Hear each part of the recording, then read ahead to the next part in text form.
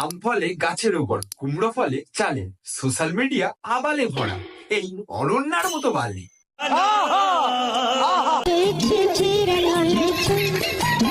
বহু বিবাহ যার শিরায় শিরায়, ন্যাকা বোঝার অঙ্গে, অনন্যাই হলো হবু স্ত্রী আমাদের কাঞ্চন মল্লিকের অঙ্গে। ফ্ল্যাশব্যাক। তো হ্যালো গাইস, কেমন আছো তোমরা? আশা করছি তোমরা সবাই খুব ভালো আছো, আমিও ভালো আছি। চলে আসলাম নতুন একটা ভিডিও নিয়ে। অবশ্যই তোমরা বুঝতে পারছো গাইস, থাম্বনেল আর হাইলাইট থেকে কী নিয়ে কথা বলতে চাইছি। হ্যাঁ, আমি কথা বলছি রাহুলদাকে নিয়ে। এই যে চারি সাইডে ইউটিউব খুললে যে রাহুলদা, সোনাইদি, তারপরে অনন্যা, পূজা এদেরকে নিয়ে যে এত যে ট্রোল করছে, এটা কিসের জন্য ট্রোলটা হচ্ছে? কারোর পার্সোনাল লাইফ নিয়ে কথা বলার কারোর অধিকার নেই। সোশ্যাল মিডিয়ার পিছনে একরকম আর সোশ্যাল মিডিয়ার পাশে একরকম। এই যে আমার চ্যানেল নামটা প্রীতম শ্রুতি লাইফস্টাইল, আমার নাম কিন্তু রিয়েল নাম কিন্তু স্মৃতি সরকার। তো আমি শ্রুতি নাম দিয়েই খুলেছি। তো কি হয়েছে, এক একজন এক একটা নাম দিয়ে খুলতেই পারে। তো এইসব নিয়ে কথা বলা আমার মনে হয় না যে কারোর অধিকার আছে। পার্সোনাল লাইফটা সাইডে থাকুক, আর সোশ্যাল মিডিয়ার লাইফটা কিন্তু পুরোটাই ডিফারেন্ট, তোমরা অনেকেই জানো গাইস। আর যে অনন্যাকে নিয়ে, অনন্যা হ্যাঁ আগে একটা বিয়ে করেছিল, বিয়ে করেছে, তার সাথে ছাড়াছাড়ি হয়ে গেছে। যদি মানুষের যদি ছাড়াছাড়ি যদি না হতো, তাহলে হয়তো ডিভোর্স জিনিসটাই হয়তো থাকতো না। তো যার সাথে ছাড়াছাড়ি হয়ে গেছে সেটা নিয়ে কথা বলার আবার কি আছে, পুরনো কথাটা। মানুষ এটা নিয়ে ভিউজ কামাচ্ছে, সাবস্ক্রাইব নিচ্ছে, তুমি অন্য কিছু কন্টেন্ট বের করো, তাই বলে তোমার অধিকার নেই যে কারোর পার্সোনাল লাইফ নিয়ে কন্টেন্ট বের করার। এটা এইসব মানুষের পিছনের কথা বলে, ব্যাকগ্রাউন্ড মানে পিছনে যেটা হয়েছে সেটাকে সামনে টেনে নিয়ে এসে মানুষের কেন হেডেক দিচ্ছ, কেন মানুষকে ডিপ্রেশনে ঢুকানোর চেষ্টা করছো? তোমরা মানুষকে সবসময় তোমরা মানে হ্যাপি রাখার চেষ্টা করবে, এটা এইভাবে তো মানুষকে মানসিক অত্যাচার করছো তোমরা গাইস। প্রশ্ন থাকছে তোমাদের মনে, দাদা রাহুলদার সাথে আসল সম্পর্কটা কি? এই যে রাহুলদা কিন্তু ফুললি এতদিন ধরে ইউটিউবে ফুললি তোমাদেরকে চুদিয়া বানিয়ে ছেড়েছে। কেমন জানো? মানে রাহুলদা, সোনাইদি, এদের ফুল আসল পরিচয়টা দি। চলো, এই যে রাহুলদা তোমরা। তো গাইস, এই যে মানে রাহুলদার সাথে আমার কতদিনের পরিচয় ছিল। রাহুলদাকে চিনি আমি অনেক দিন আগে থেকে, অনেক দিন বলতে আমার বিয়ের আগের থেকেই চিনি, মানে বুঝতেই পারছো অনেক বছর আগে থেকেই রাহুলদাকে চিনি। এই যে রাহুলদার সাথে আমার ভিডিও গাইস তোমরা দেখে নাও রাহুলদার চ্যানেলে গিয়ে। আর রাহুলদা ছেলেটা কীরকম আমি একটু হলে বলতে চাই, অনেকদিন ধরে মিশেছি। মানে তোমরা যেমনভাবে ট্রোল করছো, অ্যাকচুয়ালি ছেলেটা কিন্তু সেরকম নয়। তোমরা যেমনটা মানে সোশ্যাল মিডিয়ায় ব্লগে দেখে একদমই সাদাসিধে একটা দাদা। আর আমাদেরকে মানে ভীষণ মানুষের যদি কারো যদি কোনো প্রবলেম হয়, দাদা কিন্তু ঝাঁপিয়ে পড়ে তাদের প্রবলেমটা সলভ করার জন্য। আর তোমরা যে এতটা নিয়ে ট্রোল করছো, এটা কিন্তু একদমই ঠিক না। রাহুলদার সাথে আমার মানে পুরনো অনেক দিনের সম্পর্ক, সোনাইদির সাথে যেমন সম্পর্ক, রাহুলদার সাথেও কিন্তু সেরকম বিয়ের আগে থেকেই সম্পর্ক। হ্যাঁ, বিয়ের পরে অনন্যা, পূজাদিকে চিনি, তার কারণ তারা ওরা মানে চাকদায় থাকতো, বারাস্তায় থাকতো না বলে সেরকমভাবে আমার পরিচয় না। আর প্রীতমের সাথে তো অনেক দিন আগে থেকেই পরিচয়, ও যখন ছোট মানে 16-17 বছর বয়স থেকেই ওর সাথে পরিচয় ডান্স ক্লাসে। তো তোমরা যেরমভাবে ট্রোল করছো, অ্যাকচুয়ালি সেটা কিন্তু না। মানুষ এটা যে সৌনক বলে যে ছেলেটা মানে ভিডিও করছে, এটা ট্রোল করছে, এটা কিন্তু একদম পুরোটাই সাবস্ক্রাইব আর ভিউজের জন্য, টাকা কামানোর জন্য এটা করছে। কিন্তু আমি মনে করি কারোর অধিকার নেই যে পার্সোনাল লাইফ টেনে নিয়ে এসে ভিউজ কামানোর, সাবস্ক্রাইব বাড়ানোর।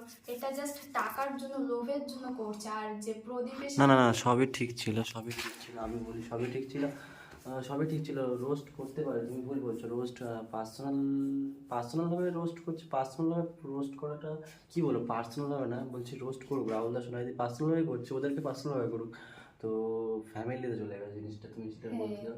বেড়া বেরো না, ঝড়ে ভেঙে পড়বে, অতি খাটো হয়েও না, ছাগলে মুড়ে খাবে। বেশি পাড়া বেরো না, তাই নাকি কাকিমা? তা কাকিমা এই কথাটা কাকে বললো জানো তোমরা? বাড়া এই কথা ফ্যামিলিতে চলে গেছে জিনিসটা। কীরকম যে মা বাবা এগুলো কী ধরনের অসভ্যতা, আমি ঠিক আছে সোনাক ভাই তোকেই বলছি বারে বারে, তো এটা করিস না, ঠিক আছে? এটা করাটা একদম কি বলবো, ফালতু, একদম ফালতু ব্যাপার। তুই রাহুল দাস সোনাইদিকে বলেছিস, ঠিক আছে, মোসারে একদম নাম ধরে বল, ঠিক আছে, রাহুলদাকে নিয়ে আরও রাহুলদার ব্যাকগ্রাউন্ড তোল, রাহুলদার পুরোনো কিছু, ঠিক আছে, বাট তার মাকে নিয়ে, রাহুলদার বউ, তার মা, মানে বুঝতে পারছি ব্যাপারটা কোন জায়গায় তুই নিয়ে গেছিস। মানে রাহুলদার বউ, তার বউয়ের মা, তার মানে বুঝতে তুই কোন জায়গাটা নিয়ে গেছিস।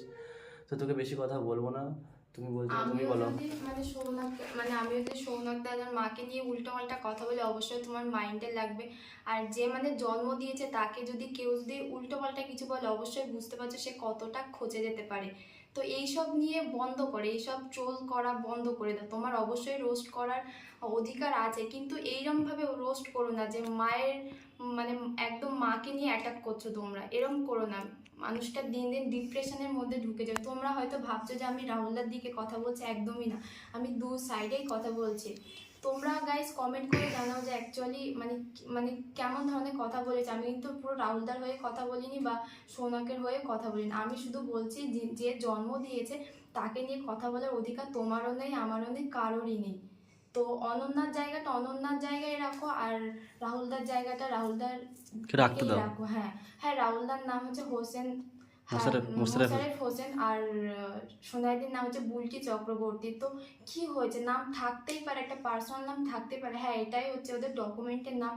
তো মনে করি দিস ইজ নট ফ্যাক্ট। ফ্যাক্টটা হচ্ছে তোমরা যে অ্যাটাক করছো পার্সোনাল লাইফে, একটা মা নিয়ে কথা বলছো, সত্যি ভীষণ খারাপ লেগেছে। যখনই ইউটিউব খুললে স্ক্রল করলে রাহুলদা সোনাইদিকে নিয়ে ট্রোল হয়ে যাচ্ছে। এটা বন্ধ করো প্লিজ, স্টপ দিস ট্রোল। তোমরা কন্টেন্ট রোস্টের জায়গায় রোস্ট রাখো। তো বেশি কথা বলবো না গাইস, শুধু এটাই বোঝাতে চাইছি যে কারোর এমন কিছু তোমরা হার্ট করো না যে মানুষ ডিপ্রেশনের দিকে ঢুকে যায়। আমরা সবসময় চাই মানুষকে হ্যাপি রাখার জন্য, খুশি রাখার জন্য, যাতে সে ভালোভাবে লাইফটাকে এনজয় করে কাটাতে পারে। জীবনটা একটাই, সো এনজয় করার অধিকার সবারই আছে গাইস। তো এইসব প্লিজ সাইডে রেখে জীবনটাকে নতুন করে হ্যাপি করো, আর মানুষকে খুশি রাখার চেষ্টা করো। তোমার অবশ্যই রোস্টের চ্যানেল সৌনকদা, মানুষকে তুমি হাসানোর চেষ্টা করো, তাই বলে মানুষকে তুমি একদম পুরো কি বলবো ছুরি মেরে দিচ্ছ, এটা কিন্তু তোমার অধিকার নেই। আর যে প্রদীপদা, ওই ওর সাথে বিয়ে হয়েছিল অনন্যা, তো ছাড়াছাড়ি হয়ে গেছে, তাই বলে তুমি ভীষণ বাজে বাজে কথা বলেছো, খুবই খারাপ লেগেছে। মানুষের সাথে বিয়ে হয়, মানুষের ডিভোর্স অবভিয়াসলি হয়, ডিভোর্স না থাকলে ডিভোর্স আইনটাই হয়তো থাকতো না, মানুষের গভর্নমেন্ট হয়তো এই আইনটা হয়তো নিয়ে আসতো না, যে ডিভোর্স ব্যাপারটা যদি কি বলবো, ডিভোর্স যদি ডিভোর্স কথার অর্থ কথাটাই হ্যাঁ যে ডিভোর্স যে কথাটাই। হ্যাঁ, ডিভোর্স যদি না থাকতো তাহলে হয়তো এটাই হয়, ছাড়াছাড়ি না হলে হয়তো ডিভোর্সটা নিয়েই আসতো না গভর্নমেন্ট। তো যাই হোক, এইসব কথা বলো না। অনন্যা একটা ভুল করেছে, তার ভুল করেছে পরে ভুল করেছে অল্প বয়সে, তো তার জায়গাটা তার জায়গায় রাখো, আর এদের জায়গাটা এদেরকেই রাখো। এইসব দুটো মিলে গোলমাল করে দিও না। আর যে পূজা দিয়ে রামনের কি বলবো, নূপুর নূপুর তো হুম। নূপুর রাহুলদা নূপুর দিকে টেক্সট করেছিল, তো সে বলেছে কালকে সবকিছু ফাঁস করবে। তার অধিকার নেই যে ফাঁস করার, অধিকার কিন্তু তার নেই। কি এমন হয়েছে যে ফাঁস করে? হ্যাঁ, অনন্যা তার সাথে বিয়ে হয়েছিল, তো এটা নিয়ে আবার এতটা জল ঘোলা করার কি আছে? এটাকে ক্লিন রাখো, just as a normal life হিসেবে কাটো। তোমরা এটা নিয়ে কিন্তু ভিউজ কামাচ্ছ, সাবস্ক্রাইব বাড়াচ্ছ, এটাই। তাছাড়া এই কন্টেন্টটা শেষ হলে তারপর আবার কাকে ধরবে তোমরা? তোমরা বলো কাকে ধরবে তারপর, তাই তো? গাইস, তোমরা কেমন আছো? আশা করি খুবই ভালো আছো। তো আজকে বেসিক্যালি আমি ভিডিওটা বানাতে গাইস বাধ্য হচ্ছি, কারণ চারিদিকে এত কথা, এত সমালোচনা। তো যে যেমন পারছে গাইস বলছে, তো কে কতটা সত্যি বলছে, কে কতটা মিথ্যে বলছে, সবটাই আমি প্রমাণ করে দেব। আমি সবটাই তোমাদেরকে খুলে বলবো গাইস। তো তার জন্য কালকে আমি ঠিক 9টার সময় আমার ইউটিউব চ্যানেল নূপুর অফিসিয়াল, তো সেখানে আমি ভিডিও আনছি, বড় ভিডিও। তো গাইস, আমি চাই তোমরা সকলে সেটা দেখো, এবং কোনটা আসল সত্য, কোনটা মিথ্যে, কোনটা গল্প বানানো হচ্ছে, তো আমি সবটাই তোমাদেরকে তুলে ধরবো। তো গাইস, তারপর তোমরা ডিসাইড করবে।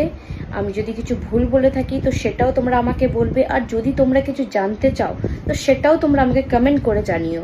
তো দেন তারপরে আমি চেষ্টা করব তোমাদের প্রত্যেকজনের কথা, এক একটা কমেন্ট আমি পড়ে প্রত্যেকজনকে আমি রিপ্লাই দেব। তো গাইস, টাটা বাই বাই, আবার দেখা হচ্ছে কাল ঠিক 9টার সময়। তো গাইজ বেশি কথা বলবো না।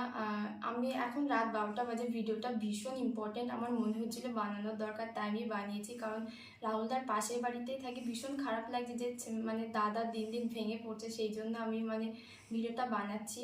আর তোমরা এইসব নিয়ে ট্রোল করো না, তোমরা ভালো কোনো কন্টেন্ট বের করো যে মানুষকে হ্যাপি রাখার জন্য। তো দেখে নাও রাহুলদাকে আমি কত বছর ধরে চিনি, আমার বিয়ের আগের থেকে এইসব ভিডিওগুলো রাহুলদার সাথে আমি করেছি, যতটুকু পসিবল হয়েছে ততটুকুই মানে করতে পেরেছি, বেশি কথা বলছি না। তো ভিডিওটা এই পর্যন্তই। আর তোমরা কমেন্টে অবশ্যই জানাও যে তোমাদের কি মতামত, এইসব নিয়ে কন্টেন্ট তোমরা বের করো, এমনি নতুন কিছু ফানি কন্টেন্ট বের করো, রোস্টের জায়গায় রোস্টেই রাখো। তো টাটা।